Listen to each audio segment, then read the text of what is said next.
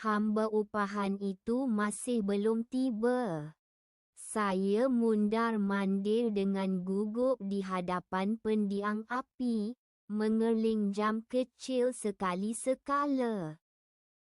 Hampir pukul 8, dan menurut Dauphin, keluarga itu duduk makan malam pada masa itu. Ke mana dia menghilang? Keresahan saya semakin meningkat. Jantung saya berdegup kencang. Saya tidak pernah lewat ke mana-mana, dan sudah tentu saya tidak mahu meninggalkan kesan buruk pada Lord Lawrence. Dauphin sejak awal berpura-pura bahawa kami adalah kawan lama. Tetapi saya tidak ragu bahawa Lord Lawrence akan melayan saya semata-mata sebagai pelanggan dan tukang. Saya sudah dapat membayangkan siluetnya, pandangannya yang tajam. Sentiasa menilai saya dan hasil kerja saya, hidungnya yang mancung dan mengagumkan. Saya tahu, sekurang-kurangnya berharap, bakat saya dapat memuaskan selera yang paling halus sekalipun. Tetapi jika dia tidak menyukai saya sebagai seorang insan, saya menukar arah dan memandang keluar ke lorong. Tiada sesiapa. Lorong yang panjang dan kesunyian sepenuhnya. Ini bukan rumah agam yang besar, fikir saya, mengetuk jari saya di pintu. Saya rasa saya tidak akan menghadapi masalah untuk mencari ruang makan. Jam yang berdetik seolah-olah sengaja mempercepatkan saya, dan saya meninggalkan bilik itu, menutup pintu di belakang saya. Mungkin saya akan bertemu dengan seorang hamba upahan dalam perjalanan ke bawah. Atau mungkin saya akan melihat Dauphin apabila dia keluar dari bangunan tambahan di sisinya. Dia akan perasan saya dan faham semuanya dengan segera. Kami akan masuk ke dewan sambil berganding bahu, dan saya tidak perlu berjalan di tingkat satu seorang diri. Tersesat dalam fikiran. Saya tidak begitu memperhatikan ke mana saya pergi. Hanya berjalan menyusuri lorong sehingga saya melihat tangga. Hanya, saya berhenti dan menoleh ke belakang. Ada sesuatu yang janggal. Sekilas pandang, ia adalah lorong yang sama. Kayu gelap, dinding cerah, ukiran yang rumit. Tetapi semuanya kelihatan sedikit berbeza. Saya menoleh ke belakang sekali lagi. Sekarang lorong itu kelihatan terlalu panjang. Saya tidak mengira pintu semasa pertama kali kami lalu. Tetapi sekarang rasanya ada 2 atau 3 kali ganda lebih banyak. Tidak mungkin, kata saya. Dan berjalan kembali ke tempat yang saya sangkakan bilik saya. Mungkin ada dahan di suatu tempat di lorong. Satu pusingan yang saya tidak perasan. Sudah tentu tidak. Saya mengenali bilik saya dengan kelegaan dengan dahan-dahan itu dan menyentuh salah satu bunga dengan penuh perhatian. Ini mengarut, kata saya kepada diri sendiri, sambil menggelengkan kepala. Sekarang saya pasti akan lewat. Aku berjalan menyusuri lorong sekali lagi, mengira setiap pintu, setiap pasang lilin. 3, 5, 9, terlalu banyak, terlalu banyak. Aku menghampiri salah satu tingkap dan mengintai ke dalam kegelapan, cuba melihat melalui cahaya lilin yang terpantul di kaca tetapi sia-sia. Buat seketika, aku hilang keseimbangan dan terhuyung-hayang, tetapi berjaya menekan diriku pada dinding dan memegang langsir. Saya rasa tidak selesa, dan kaki saya hampir tidak bergerak kerana rasa tidak selamat. Itulah awak, jerit seseorang dengan lega. Seorang lelaki pertengahan umur menghampiri saya. Dia berkulit cerah, tinggi, langsing, dan berbadan tegap. Dahulu dia berambut perang, tetapi kini pelipisnya bertumpuk perak, rambutnya disikat ke belakang. Dia memakai sut bulu berwarna krim. Saya tidak menemui awak di bilik awak. Dia menghulurkan tangannya, seperti seorang lelaki budiman yang bersedia mengiringi saya bersiar-siar di tepi laut pada waktu petang. Saya tidak pernah melihat hamba upahan berkelakuan begitu santai dengan tetamu, tetapi saya cepat-cepat menelan harga diri saya. Baginya, kami setaraf, pekerja upahan di Estate Duke. Saya menoleh ke belakang ke bilik saya. Saya tidak dapat menghilangkan perasaan bahawa lorong itu seolah-olah semakin panjang. Itulah dia, di hujungnya. Hamba upahan tidak mungkin berada di sana. Dia terpaksa melepasi saya untuk sampai ke bilik itu. Dan saya tidak nampak sesiapa pun. Lilin yang paling dekat dengan kami berdesis, dan lilin merah jambu menitis daripadanya. Satu fikiran yang tiba-tiba dan menakutkan melanda saya. Perlahan-lahan, saya menghulurkan tangan saya kepadanya. Saya bersedia untuk ia menembusi dirinya. Tetapi lengan jaketnya terasa hangat dan tebal apabila disentuh. Saya dapat merasakan berat tangannya di bawah pakaiannya. Dia seorang yang sebenar dan hidup. Tetapi kemudian, bagaimana dia sampai ke sini? Seolah-olah membaca fikiran saya, lelaki itu tersenyum. Dia kelihatan sangat ceria. Saya meninggalkan pejabat. Dari sini.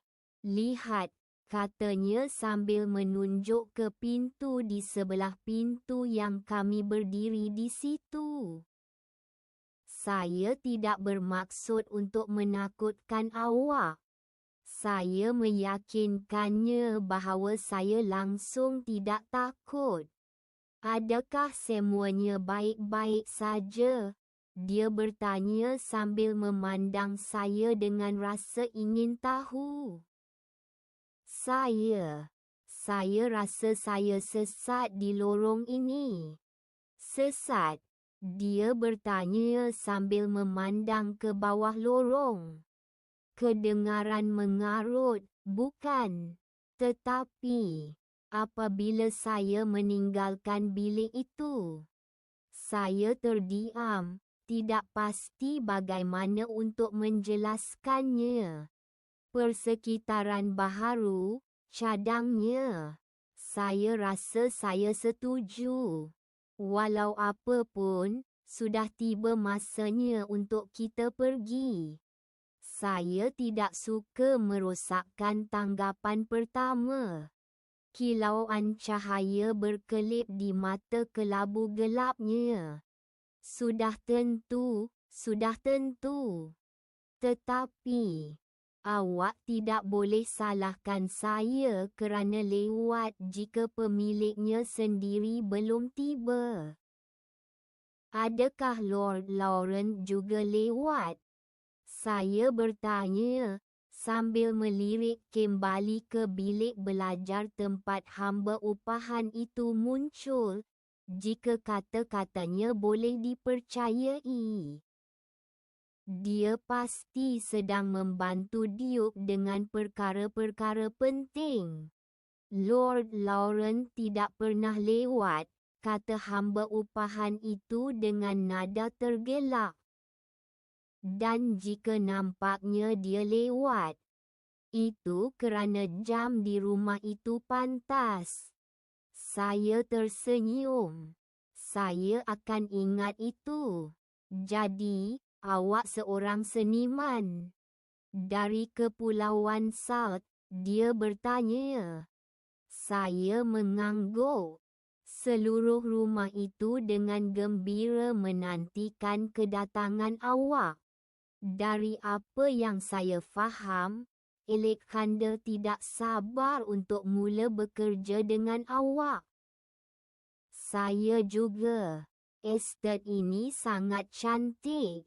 Sukar untuk memilih tempat untuk potret itu. Saya rasa perpustakaan itu sesuai untuk awak. Budak ini sentiasa suka membaca. Awak dah lama bekerja dengan keluarga Lawrence, tanya saya. Nada suaranya yang santai ketika bercakap tentang keluarga membuatkan saya teringatkan Hannah, dan hati saya tiba-tiba menjadi rindu rumah. Oh, lama sangat dahulu, jawabnya sambil tersenyum lagi. Kemudian kami akhirnya sampai di tangga, diterangi lampu gas yang terang benderang dan bukannya lilin merah jambu yang berkelip-kelip, dan saya memandang semula ke arah lorong sekali lagi. Ia kelihatan sesingkat yang disangka pada pandangan pertama. Hanya 5, mungkin 6 pintu. Gerard, akhirnya, seru Dauphin sambil memandang kami dengan gembira. Saya teringat dengan gembira bahawa gaun malam kami mempunyai potongan yang serupa. Hanya gaun saya berwarna hijau laut dan gaunnya berwarna plum yang mewah. Oh, awak sudah bertemu Cik Fauman. Hebat, Gerard. Saya tercungap-cungap, dan, sambil memandang kembali teman saya tiba-tiba perasan semua butiran yang saya terlepas pandang sebelum ini. Hidung panjang dan cangkung yang sama seperti hidung Alexander. Cincin tebal yang kelihatan begitu semula jadi, seolah-olah dia dilahirkan dengannya. Sebenarnya, kalau difikirkan semula, itu sahaja. Duke merapikan rambutnya yang tebal dan memandang saya. Lord Lawrence, saya membetulkan diri saya, terkejut, dan hendak memberi hormat, apabila dia memegang pergelangan tangan saya. Saya tidak mahu melihat apa-apa seperti itu di sini, katanya dengan tegas dan tersenyum lagi. Aku tahu dia cuba berlagak ramah. Tetapi rasa sakit apabila dia meramas tanganku dengan kuat yang tidak dijangka. Aku menggosok pergelangan tanganku. Maafkan saya, Tuan. Lady Lauren, atau lebih tepat lagi, Dauphin, saya membetulkan diri saya ketika Gerard mengibaskan jarinya ke arah saya. Mengatakan seorang pembantu upahan akan datang kepada saya. Saya tersilap sangka awak sebagai dia. Saya harap saya tidak menyinggung perasaan awak. Apa yang akan dia fikirkan tentang saya? Saya sesat di koridor yang kelihatan terlalu panjang. Saya tersilap sangka Duke sebagai pembantu upahan. Sayang sekali. Gerard memberi isyarat lebar kepada saya untuk menuruni tangga ke Dauphin. Langit malam yang gelap, dihiasi bintang-bintang kecil, mengintai melalui siling kaca. Saya merenung mereka, cuba mengenali buruj yang biasa. Walau bagaimanapun, ini mustahil kerana chandelier kristal yang megah. Gurauannya berjaya, Gerard mengisytiharkan, mencium pipi isterinya dengan lembut. Awak berpura-pura menjadi pembantu upahan, tanya Dauphin. Mengerutkan dahi dan menepuk bahunya dengan lembut. Saya minta awak jangan buat macam tu. Apa yang akan Verity fikirkan jika kita melayan tetamu seperti ini? Gerard hanya ketawa lagi. Di mana Alexander? Saya sangat lapar. Tanpa menunggu jawapan, dia segera beredar. Dauphin memegang lengan saya dan membawa saya menyusuri koridor lain. Cermin tergantung di kedua-dua belah pihak. Memantulkan pasu yang dipenuhi dengan gugusan bunga hidrangea merah jambu dan hijau, disusun dalam corak tertentu pada batang yang sama. Saya sangat malu dengan Gerard. Dia suka bermain-main, dan saya sepatutnya memberi amaran kepada awak tentang deria masanya yang tersendiri. Kami baru sahaja melepasi jam datuk, dan saya perasan sudah pukul 8 suku. Seluruh rumah beroperasi di sekitar ketidakpastiannya. Dia boleh terlalu fokus pada kerjanya dan hanya berehat apabila perutnya mula berkeroncong. Dan tidak selalu. Apa yang dia lakukan? Saya bertanya, mengingati semua yang Camilla bertanggungjawab.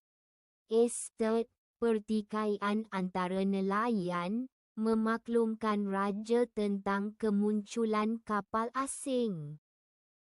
Dan apa yang sedang dilakukan oleh para bangsawan di benua ini? Oh, dia. Selamat petang. Tuan-tuan, satu suara memanggil dari hujung lorong. Seketika kemudian, Alexander muncul dari bayang-bayang. Kamu berdua kelihatan sangat memukau. Dia juga telah bertukar pakaian untuk makan malam. Dia memakai sut biru gelap yang memberikan kilauan istimewa pada matanya yang cerah dan sapu tangan berwarna mustard yang diikat dengan simpulan yang sangat rumit. Cik Fauman, saya akan berbesar hati untuk mengiringi anda ke ruang makan. Dauphin melepaskan tangan saya. Marilah, Gerard dan saya akan ke sana. Dengan sukacitanya, jawab saya sambil melirik Alexander. Terima kasih, Monsieur Laurent. Kami berjalan menyusuri koridor bersama-sama. Dia perlahan-lahan memutar roda kerusinya, menyamai rentak langkah saya. Alexander, tiba-tiba dia berkata, "Lebih baik lagi, Alex. Kalau begitu, panggil saya Verity." "Verity," katanya perlahan, suaranya hangat dan merdu, seperti secawan kopi yang mengepul. "Adakah kamu semua begitu tidak berperasaan di kepulauan garam kamu? Saya ada dengar orang garam terkenal dengan kesejukan mereka." Kilauan riang menyala di matanya, dan pada saat itu saya sedar dia sedang mengusik saya, sama seperti bapanya. Saya memutuskan untuk menggunakan cara mereka yang santai dan santai, mencubanya seperti barang fesyen baharu. "Awak juga akan kesejukan. Jika awak pernah melalui beberapa musim sejuk kami." Dia ketawa, dan saya menyukai ketawanya yang tulus. "Pernahkah awak ke pulau-pulau itu?" Saya cadangkan. "Saya tidak pernah ke mana-mana," jawab Alexander. "Di Shontilal ini, saya boleh bergerak dengan bebas sepenuhnya, tetapi seluruh dunia tidak sesuai untuk orang seperti saya."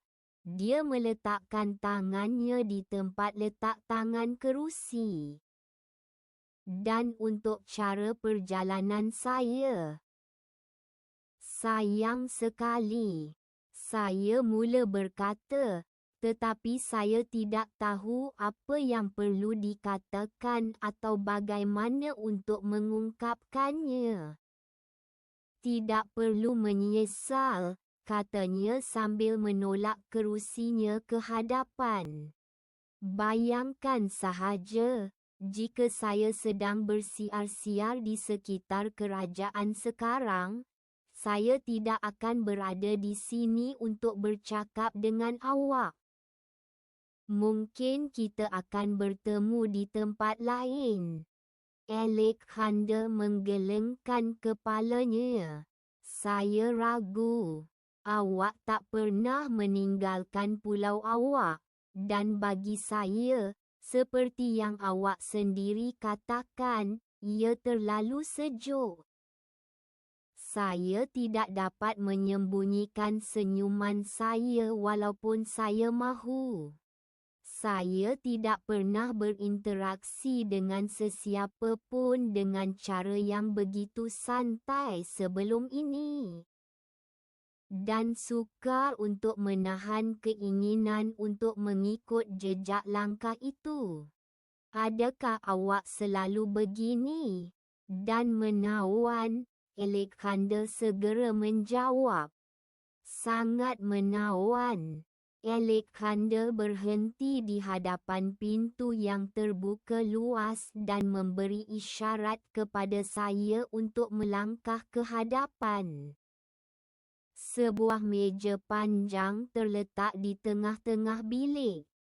Meja itu boleh memuatkan 50 tetamu dengan mudah, tetapi ia ditetapkan untuk 5 orang. Sebaris tingkap tinggi terbentang di sepanjang satu dinding. Langsir baldu merah jambu panjang ditarik ke belakang, mendedahkan balkoni yang diterangi cahaya bulan yang dipenuhi dengan tumbuhan pasu. Berpuluh-puluh lilin merah jambu dan hijau berdiri di atas meja. Cahaya hangatnya memberikan rasa nyaman ke ruang yang luas dan kosong itu. 3 chandelier tergantung di siling. Ia tidak memberikan sebarang cahaya, tetapi berkilauan seperti ais krim. Salah seorang pekerja upahan melangkah ke hadapan dan menarik sebuah kerusi untuk saya. Alexander mengambil tempat duduk di sebelah kanan saya. Gerard duduk di kepala meja, di sebelah kiri saya, dan Dauphin duduk bertentangan dengan anaknya. Meninggalkan tempat duduk di hadapan saya kosong. Tiba-tiba, satu dengungan aneh bergema di seluruh dewan. Bunyi yang mengingatkan pada geseran roda gigi, sebuah jentera yang sedang bergerak. Seolah-olah seluruh rumah menyerang dengan ketegangan yang tiba-tiba. Ini lift, jelas Alexander dengan perlahan. Ibu akan turun, tambah Gerard. Saya hampir melompat mendengar dentuman kuat itu, yang seolah-olah memberi kata-katanya satu pemberat yang istimewa. Sebaik sahaja dia muncul di dewan, Gerard dan Dauphin berdiri bersama-sama. Alex mengangguk sebentar, menunjukkan bahawa saya juga harus berdiri. Dengan sedikit tersipu-sipu, saya mengikuti nasihatnya. Gerard mengambil langkah untuk meninggalkan meja dan membantunya. Tetapi dia melambaikan tangan kepadanya dengan marah, "Tinggal di tempat awak." Rambut putihnya yang halus bergulung dan tersusun rapi tinggi. Wajahnya sangat licin, dan mata kelabunya seolah-olah dapat melihat intipati tersembunyi sesuatu. Dengan cepat merungkai pemikiran orang lain dan memperhatikan butiran kecil yang tidak diketahui orang lain. Kami menunggunya duduk dan kemudian duduk semula. "Ibu, bolehkah saya memperkenalkan Cik Verity Pavement?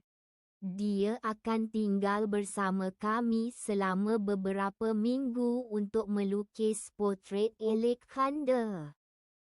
Dia terus memandang meja. Gerard berpaling kepada saya.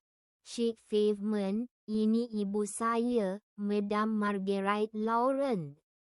Saya teringat kata-kata Alexander tentang ketiadaan emosi penduduk Pulau Garam dan cuba tersenyum mesra kepada wanita tua itu. "Gembira bertemu dengan anda, Marguerite." Dia perlahan-lahan mengalihkan pandangannya kepada saya. "Maafkan saya," katanya. "Saya tidak ingat bertemu dengan anda." "Awak betul," jawab saya. Tetapi saya tertanya-tanya adakah fikirannya telah rosak akibat usianya yang lanjut. Salah seorang ibu saudara saya mengalami penyakit yang sama. Sepupu-sepupu saya sentiasa perlu mengingatkannya di mana dia berada dan di peringkat mana dia berada dalam kehidupannya. Kadangkala dia tidak mengenali mereka. Dan kemudian mereka akan memberitahunya tentang diri mereka sendiri. Sayang sekali jika Margarita mengalami perkara yang serupa. Saya tiba di Shontilal petang ini. Dia memandang saya dengan rasa tidak senang yang tidak terselindung.